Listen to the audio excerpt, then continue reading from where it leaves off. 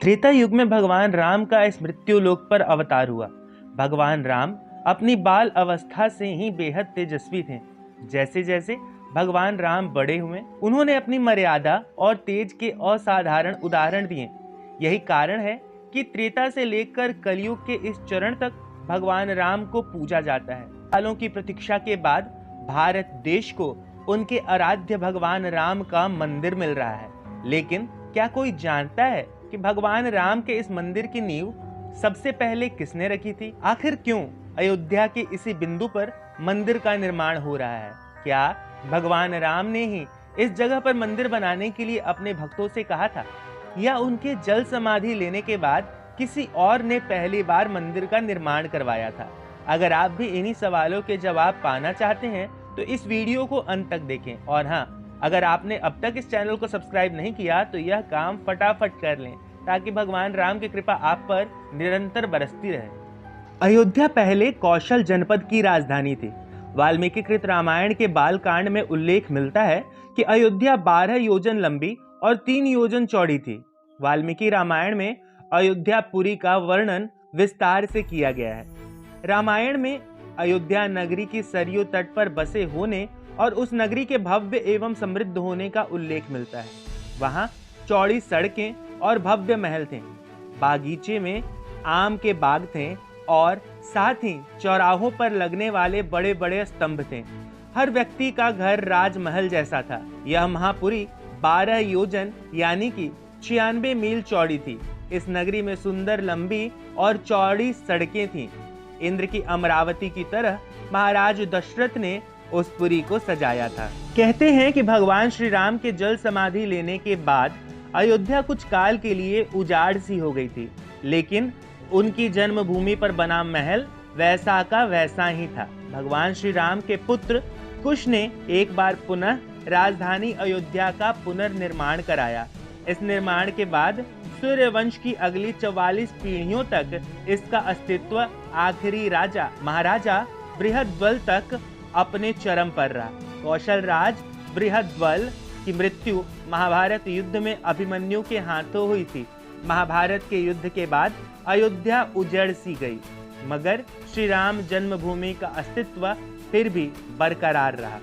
इसके बाद यह उल्लेख मिलता है कि ईसा के लगभग 100 वर्ष पूर्व उज्जैन के चक्रवर्ती सम्राट विक्रमादित्य एक दिन आखेट करते करते अयोध्या पहुंच गए।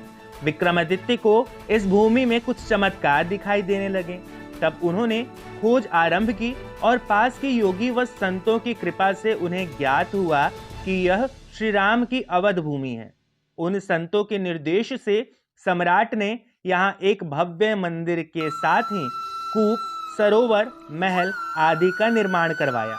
कहते हैं कि उन्होंने श्री राम जन्मभूमि पर काले रंग के कसौटी पत्थर वाले 84 स्तंभों का विशाल मंदिर का निर्माण करवाया था। इस मंदिर की भव्यता देखते ही बनती थी। विक्रमादित्य के बाद के राजाओं ने समय समय पर इस मंदिर की देखरेख की। उन्हीं में से एक शुंग वंश के प्रथम शासक पुष्यमित्र शुंग ने भी मंदिर का जीर्णोद्धार करवाया था। पुष्यमित्र का एक शिलालेख अयोध्या से प्राप्त हुआ था, जिसमें उसे सेनापति कहा गया था तथा उसके द्वारा 2 अश्वमेध यज्ञों के किए जाने का वर्णन प्राप्त होता है। अनेक अभिलेखों से ज्ञात होता है कि गुप्त वंशीय चंद्रगुप्त द्वितीय के समय और तत्पश्चात काफी समय तक अयोध्या गुप्त साम्राज्य की राजधानी थी। गुप्तकालीन महाकवि कालिदास ने अयोध्या का रघुवंश में कई बार उल्लेख किया है। भगवान राम की नगरी अयोध्या हजारों महापुरुषों की कर्म भूमि रही है। यह पवित्र भूमि हिंदुओं के लिए बहुत ही महत्वपूर्ण है। यहाँ पर भगवान राम का जन्म हुआ था। यह राम जन्मभूमि है। इस राम जन्मभूमि पर जो मंदिर बना था उसे तोड़ दिया गया था।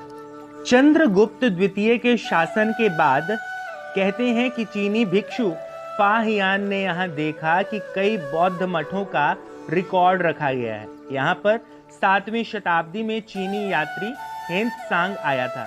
उसके अनुसार यहाँ 20 बौद्ध मंदिर थे तथा 3000 भिक्षु रहते थे और यहाँ हिंदुओं का एक प्रमुख भव्य मंदिर भी था, जहाँ हर रोज हजारों की संख्या में लोग दर्शन करने आते थे, जिसे राम मंदिर कहा जाता था। इसके बाद ईसा की 11वीं शताब्दी में कन्नौज नरेश जयचंद आया तो उसने मंदिर पर सम्राट विक्रमादित्य के प्रशस्त शिलालेख को उखाड़कर अपना नाम लिखवा दिया।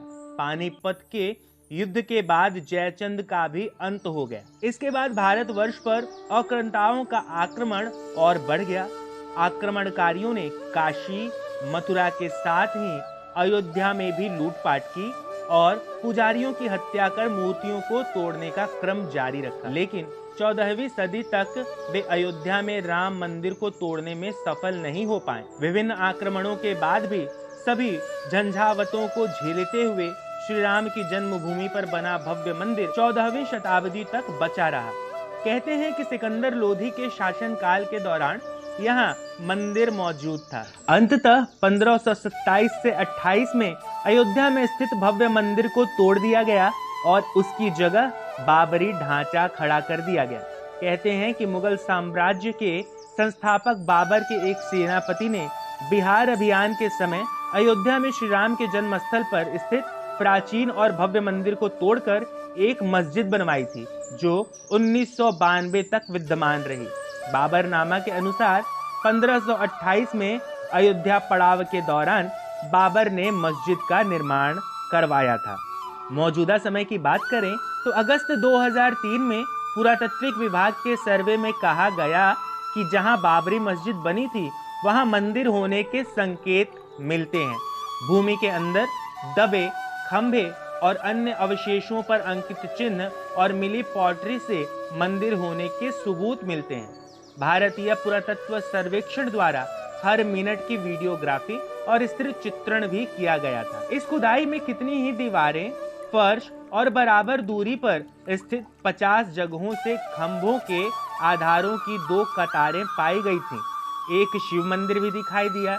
जीपीआरएस रिपोर्ट और भारतीय सर्वेक्षण विभाग की रिपोर्ट अब उच्च न्यायालय के रिकॉर्ड में मौजूद है। अगर बात करें रामायण काल की तो भगवान राम ने हनुमान को यह वरदान दिया था कि वह अयोध्या के समीप मौजूद हनुमानगढ़ी में ही उपस्थित रहकर अयोध्या की रक्षा करेंगे। इसके सबूत भी हनुमानगढ़ी मंदिर में देखने को मिलते हैं। जिस तरह से रामायण में हनुमानगढ़ी मंदिर का जिक्र किया गया है वह आज भी मौजूद है। तो दोस्तों, इस कथा से यह समझ में आता है कि भगवान राम का मंदिर उनके वंशज, उनके स्वयं के पुत्र कुश ने ही बनवाया था। लेकिन धीरे धीरे मुसलमान आक्रमणकारियों के द्वारा इस मंदिर का अस्तित्व मिटाने का प्रयास किया गया और अंततः अब भगवान राम का यह मंदिर बनकर तैयार है। दोस्तों, अगर आप भी सच्चे राम भक्त हैं तो इस वीडियो को ज्यादा से ज्यादा शेयर करें और हाँ, जाते जाते इस चैनल को सब्सक्राइब करना बिल्कुल ना भूलें। अब अगले वीडियो तक के लिए दीजिए हमें इजाजत। हमारे सभी साथियों को हरे कृष्णा।